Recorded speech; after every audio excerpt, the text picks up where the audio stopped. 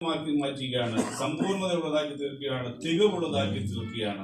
ആ ദൈവവചനത്തെ നാം അനുസരിക്കുന്നുവെങ്കിൽ, ദൈവവചനത്തെ നാം ഉൾക്കൊള്ളുന്നുവെങ്കിൽ നമ്മുടെ ജീവിതത്തിൽ എന്തുണ്ടായിരിക്കും? അനുഗ്രഹം ഉണ്ടായിരിക്കും, സന്തോഷമുണ്ടായിരിക്കും, സമാധാനം ഉണ്ടായിരിക്കും, സ്വസ്ഥത ഉണ്ടായിരിക്കും. നാം പോകുന്നിടത്തെല്ലാം ദൈവത്തിന്റെ കരം നമുക്ക് വേണ്ടി പ്രവർത്തിക്കുന്നത് നമുക്ക് കാണുവാനും അനുഭവിപ്പാനും തക്കവണ്ണം സാധിക്കുമെന്ന് ഈ തിരുവചനത്തിൽ കൂടി അപ്പൊ നമുക്ക് കാണുവാനായിട്ട് കഴിയുന്നത്. ഈ തിരുവചന വേദഭാഗം നാം പഠിക്കുമ്പോൾ അപ്പോസ്തലനായ പൗലോസിനോട്, തന്റെ നിജപുത്രനായ പൗലോസ് തീമോഥെയോസിനോട് പറയുകയാണ്, നീ എന്ത് ചെയ്യണം? നീ ദൈവത്തിന്റെ വചനത്തെ പൂർണ്ണമായി അംഗീകരിക്കുകയും മനസ്സിലാക്കുകയും അതിന് പ്രകാരം കൃത്യതയുള്ളതായ വ്യക്തമായ ഒരു ക്രിസ്തീയ ജീവിതം നീ നയിക്കുന്നവനുമായിരിക്കണം. 3-ാം അധ്യായത്തിന്റെ പ്രാരംഭ വാക്കുകളിലേക്ക് കടന്നു വരുമ്പോൾ റോസമ്മയാന്റെ പാടി കർത്താവിന്റെ വരവിനെ കുറിച്ചുള്ളതായി അനുഗ്രഹീതമായ ഒരു പാട്ട് പാടുവാൻ തക്കവണ്ണം ഇടയായി. ആ വാക്കിന്റെ പ്രാരംഭ വാക്യത്തിൽ ഇപ്രകാരം പറയുന്നു, അന്ത്യകാലത്ത് ദുർഘട സമയങ്ങൾ വരും. അടുത്ത വാക്ക് പറയുന്നുണ്ട്,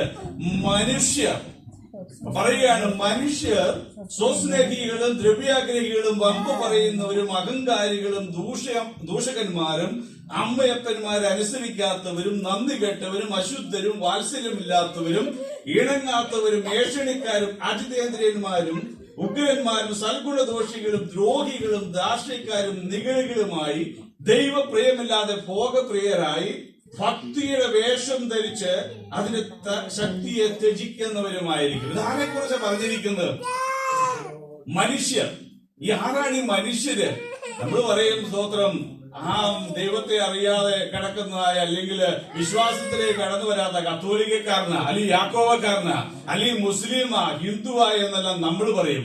എന്നാൽ ഈ വചനം വ്യക്തമായിട്ട് പറയും, ഈ മനുഷ്യൻ ആരെന്നറിയുമോ? ഞാനാ. Price God, hallelujah. ഈ മനുഷ്യൻ ഞാനാ. അന്ത്യകാലഘട്ടത്തിൽ എന്നിൽ സംഭവിക്കുവാൻ തക്കോണം പിശാച് ഇടുന്നതായ 20 സ്വഭാവത്തെയാണ്, പിശാചിന്റെ 20 വിത്തിനെയാണ് ഈ വാക്യത്തിൽ പറഞ്ഞിരിക്കുന്നത്. Praise God. ഇത് വേറെക്കാലം തിരുവചനം നാം കേൾക്കുമ്പോൾ വ്യക്തിപരമായി നമ്മുടെ ജീവിതത്തിലും ഈ സ്വഭാവത്തിലൂടെ അനുരൂപപ്പെട്ടുള്ളതായ ഒരു ജീവിതം നയിക്കുന്നവനാകുന്നുവോ ഞാനെന്ന് നമ്മോട് തന്നെ ഒന്ന് ശോധന ചെയ്യുവാൻ തക്കവണ്ണം നമുക്ക് കഴിയണം. ഈ വചനത്തിന് മുമ്പിൽ നമ്മെ തന്നെ ഏൽപ്പിച്ചു കൊടുത്തുകൊണ്ട് ഈ പറഞ്ഞതായ 20 സ്വഭാവങ്ങൾ എന്റെ ജീവിതത്തിൽ ഉണ്ട് എങ്കിൽ ഞാൻ ക്രിസ്തുവിന്റെ വചനത്തെ അനുസരിക്കുന്നവനാണോ, ക്രിസ്തുവിന് വേണ്ടി വേർതിരിക്കപ്പെട്ടവനാകുന്നുവോ എന്നുള്ളതായ ആ ഒരു ചിന്ത ഇന്ന് പകൽക്കാലം നമ്മിൽ നിന്ന് കടന്നു വരണം. അന്ത്യകാലത്ത് സംഭവിക്കുന്നതായ ഈ 20 കൂട്ടം സ്വഭാവങ്ങളെ കുറിച്ച് തീമോഥെയോസിനോട് പൗലോസ് പറയുമ്പോൾ, എന്നെ കേൾക്കുന്ന തിരുവചനം ശ്രമിക്കുന്ന എന്റെ പ്രിയ സഹോദരങ്ങളെ, ഇന്ന് പകൽക്കാലം ദൈവത്തിന്റെ പരിശുദ്ധാത്മാവ് നമ്മുടെ വ്യക്തിപരമായ ജീവിതത്തിൽ വരുത്തേണ്ട മാറ്റങ്ങളെ കുറിച്ചാണ് പറയുന്നത്. നമ്മുടെ വ്യക്തിപരമായ ജീവിതത്തിൽ നാം അനുസരിക്കേണ്ടതായ ചില കർത്തവ്യങ്ങളെ കുറിച്ചാണ് ഈ വചനത്തിൽ കൂടി പരിശുദ്ധാത്മാവ് നമ്മോട് പറയുന്നത്. ഇവിടെ പറയുക, എന്താ? മനുഷ്യർ സ്വസ്നേഹികളും ദ്രവ്യാഗ്രഹികളും വമ്പ് പറയുന്നവരുമായിത്തീരുന്നു. Praise God. ഇത് പകരക്കാലം ഒന്നാമതായി പറഞ്ഞിരിക്കുന്ന മനുഷ്യർ എന്തായിത്തീരുന്നു? സ്വസ്നേഹികളായിത്തീരുന്നു. പലപ്പോഴും ആകെ നമ്മുടെ വ്യക്തിപരമായ ജീവിതത്തിൽ നമുക്ക് സ്നേഹം എന്നുള്ളതായ പദത്തിന്റെ അർത്ഥം നമ്മൾ മനസ്സിലാക്കാതെ പലപ്പോഴും നമ്മൾ പോകുന്നവരല്ലേ. എന്താണ് സ്നേഹം? സ്നേഹം കർത്താവായ യേശു ക്രിസ്തു.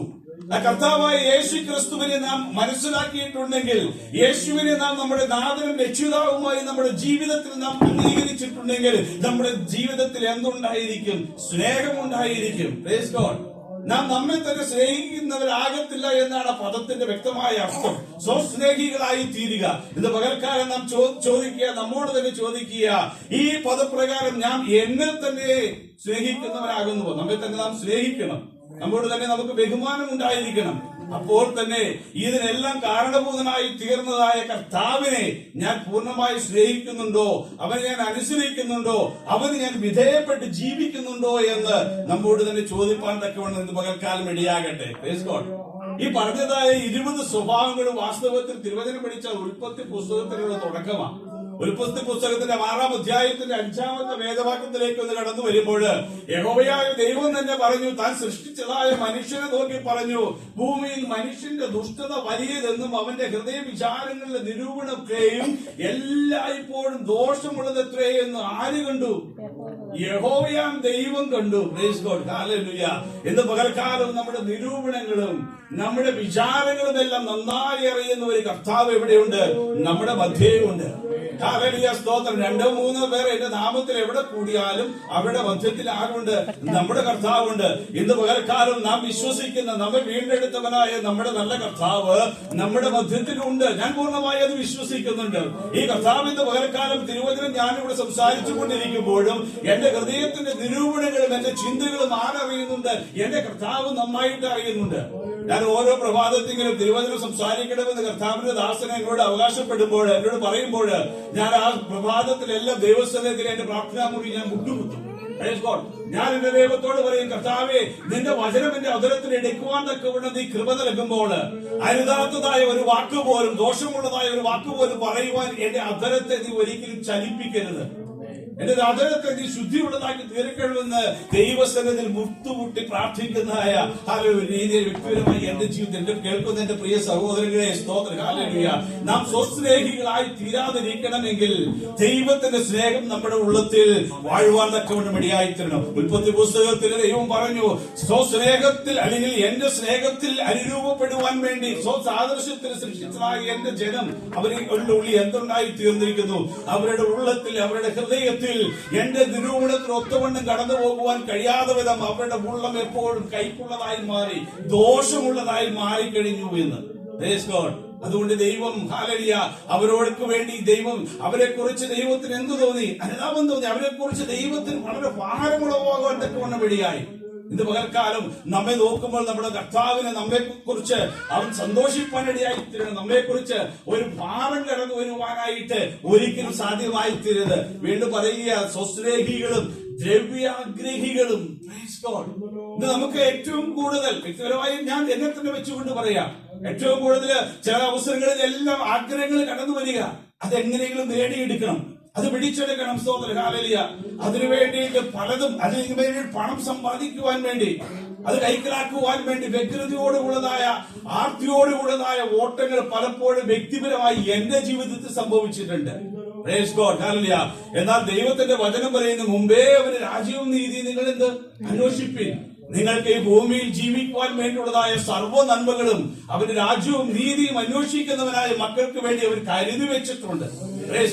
അന്നൊന്നു വേണ്ടിയുള്ളതായ ആഹാരത്തിന് വേണ്ടി, അന്നൊന്നു വേണ്ടതായ മാനമായി നാം ജീവിക്കുവാൻ വേണ്ടിയിട്ടുള്ളതായ സകല സമ്പത്തും സകലവിധ നന്മകളും ഒരുക്കി വെച്ചിട്ടാണ് കർത്താവ് നമ്മെ വിളിച്ചു, നമ്മളെ തിരഞ്ഞ് മാറ്റി നിർത്തിയിരിക്കുന്നത്. പലപ്പോഴും നമ്മെ വിളിച്ചതും നമ്മൾ മാറ്റി നിർത്തിയിരിക്കുന്നതുമായ ആ ദൈവിക ഉദ്ദേശത്തെ പലപ്പോഴും നമ്മൾ മറന്നുപോവുക. അവിടെ പറയുന്നു, നിങ്ങൾ ദ്രവ്യാഗ്രഹികളാകരുത് എന്ന്.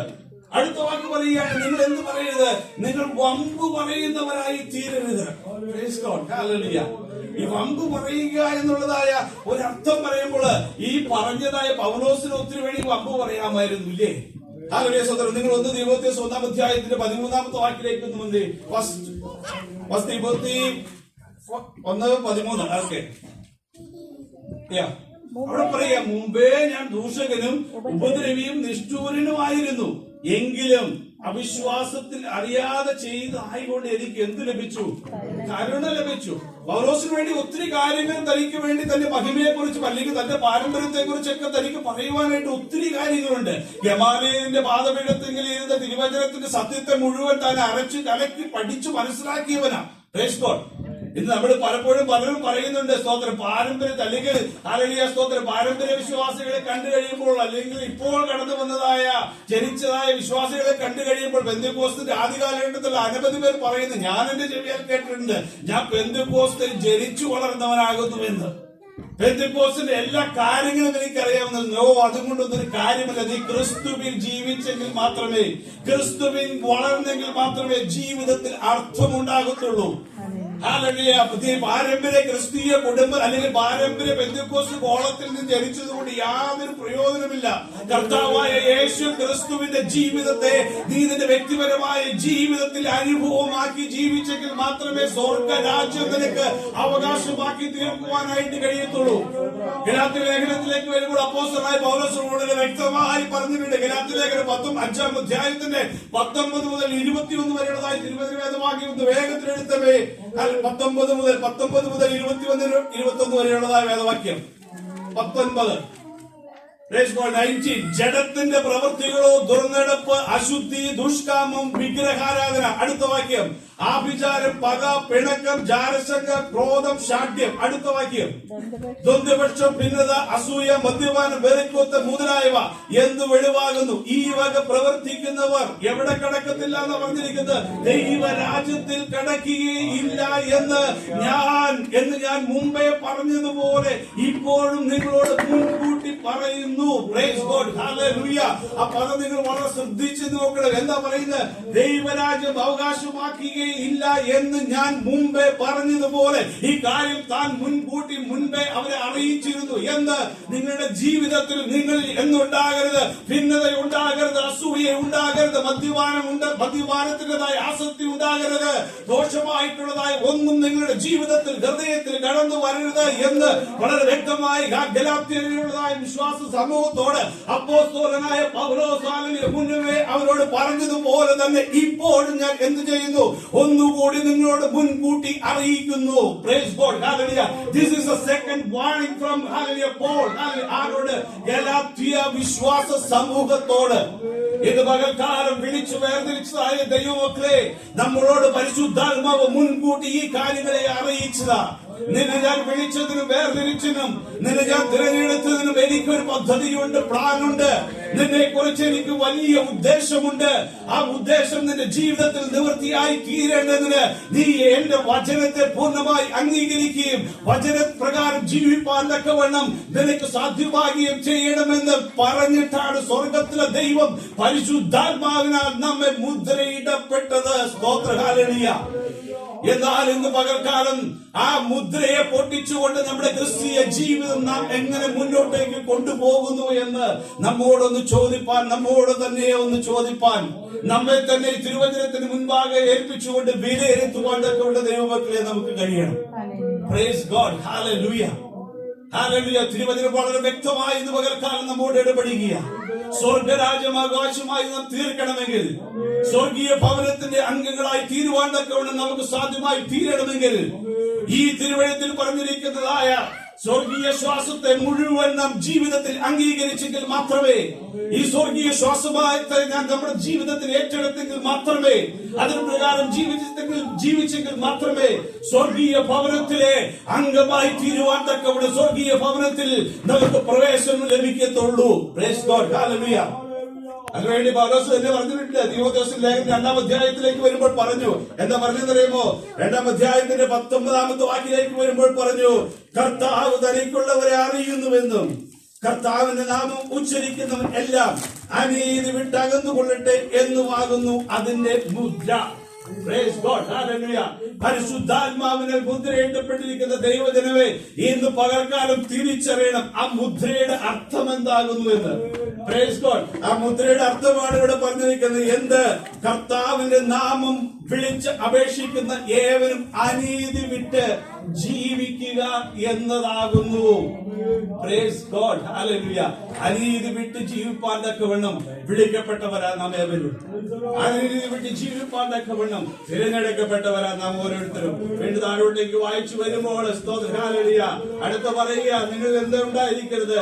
അഹങ്കാരികളായി മാറരുത്, നിങ്ങൾ ദൂഷകന്മാരായി മാറരുത്, നിങ്ങൾ അമ്മയപ്പന്മാരെ അനുസരിക്കാത്തവരായി മാറരുത്, നിങ്ങൾ നന്ദി കെട്ടവരായി മാറരുത്, നിങ്ങൾ അശുദ്ധരായി മാറരുത്, നിങ്ങൾ വാത്സല്യമില്ലാത്തവരായി മാറരുത്, നിങ്ങൾ ഇണങ്ങാത്തവരായി മാറരുത്, നിങ്ങൾ ഏഷണിക്കാരായി മാറരുത്. സ്തോത്രം, ഹല്ലേലൂയ. നിങ്ങൾ അജിതേന്ദ്രിയന്മാരായി തീരരുത്, നിങ്ങൾ ഉഗ്രന്മാരായി മാറരുത്, നിങ്ങൾ സൽഗുണദോഷികളായി തീരരുത്. ഈ വാക്കിനൊക്കെ വളരെയേറെ അർത്ഥങ്ങളുള്ള വാക്കുകളാണ്. Price God, hallelujah.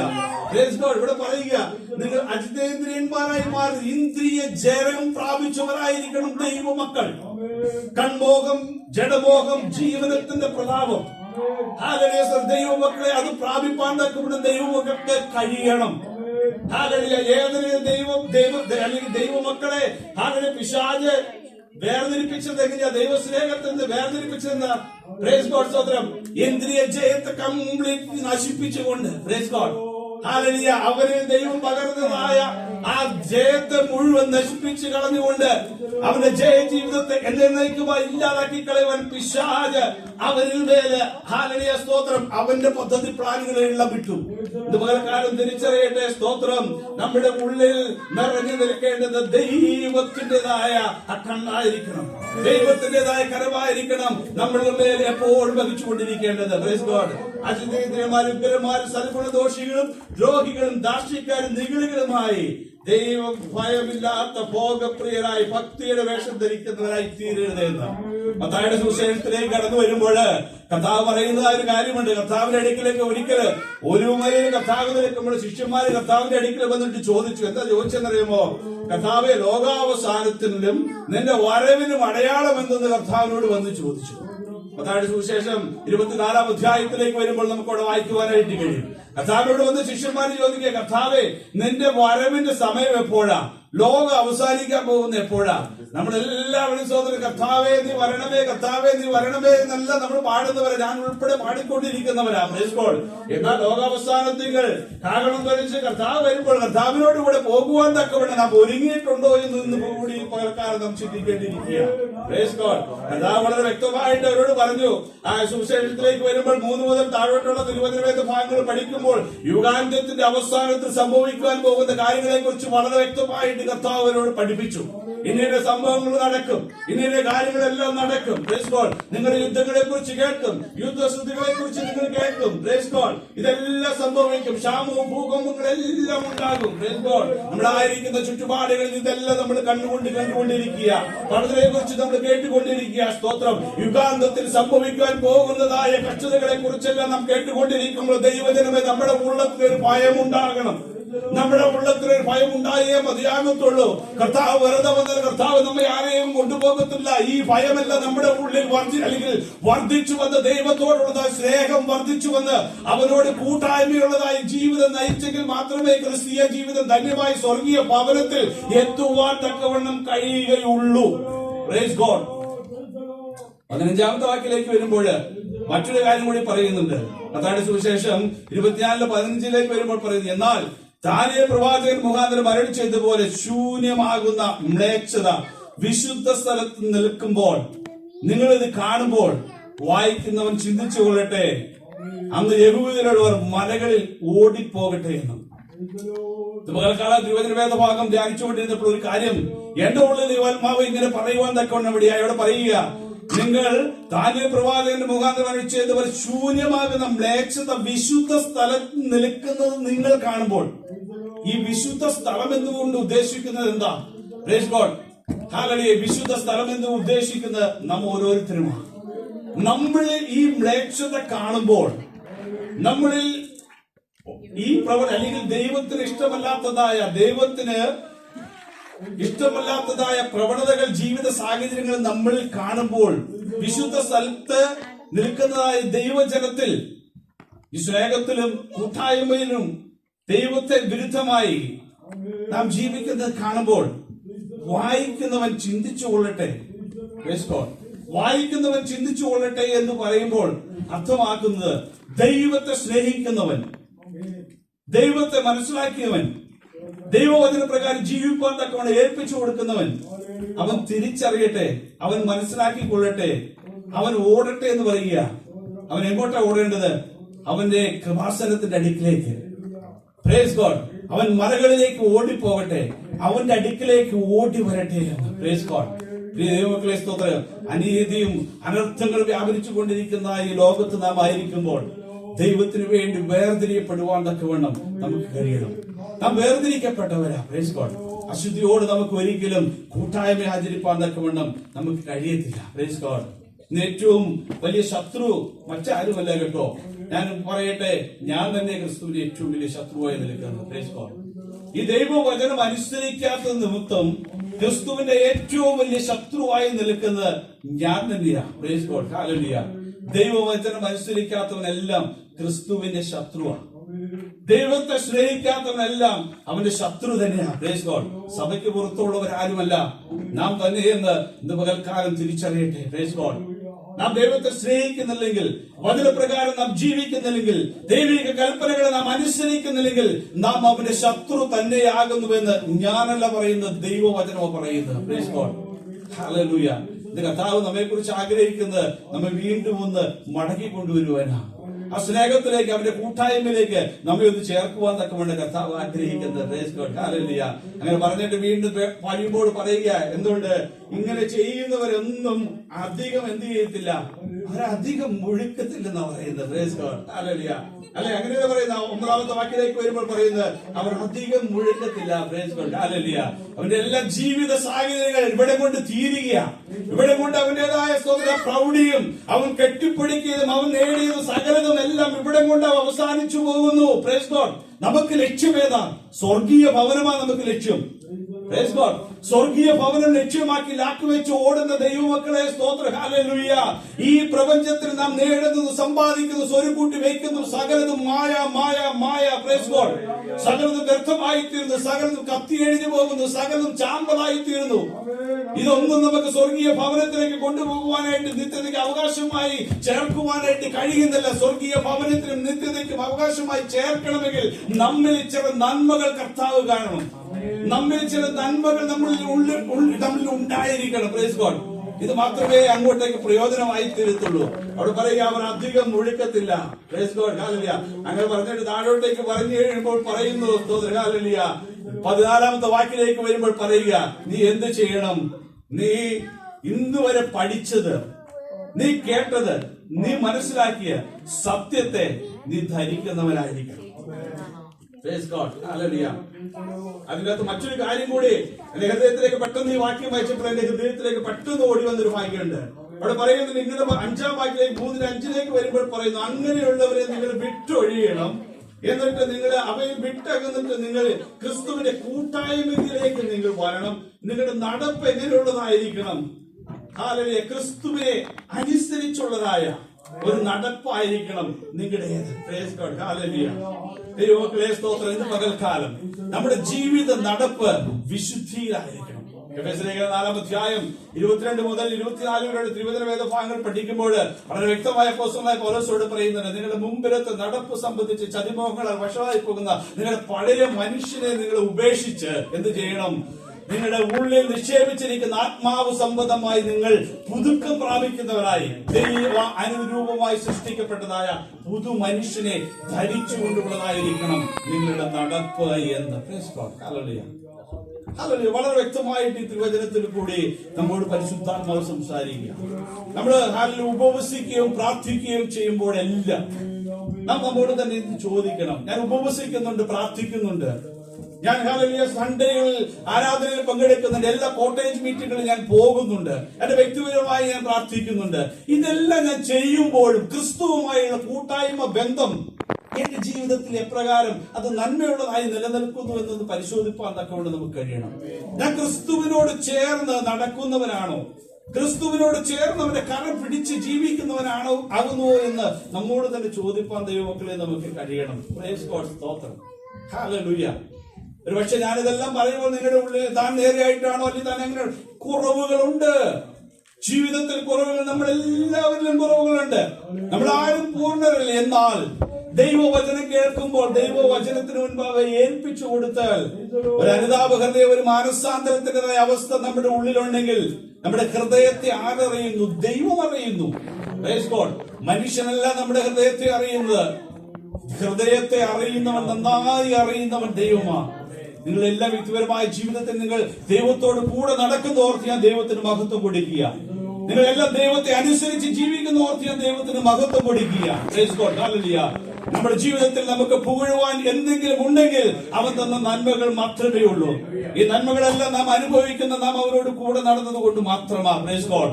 നമുക്ക് ലഭിച്ചതായ രോഗസൗഖ്യങ്ങള്, നമുക്ക് ലഭിക്കുന്ന ഭൗതിക നന്മകളെല്ലാം നാം അവനോട് കൂടെ നടക്കുന്നത് കൊണ്ട് അവന് നമ്മോട് കൃപ തോന്നിയും നൽകുന്നതായ നന്മകൾ. Praise God. ദാനമായ കുടുംബജീവിതം നൽകിയതും ദാനമായി മക്കളെ നൽകിയതും ഈ ഭവനത്തിൽ അല്ലെങ്കിൽ ഇവിടെ ജീവിക്കുവാൻ തക്കമുള്ളതായ ഭവനം നൽകിയതും യാത്ര ചെയ്യുവാനുള്ള വാഹനം നൽകിയതും ജോലി ചെയ്യുവാനുള്ള ആരോഗ്യം നൽകിയതും. Price God. ഹല്ലേലൂയ.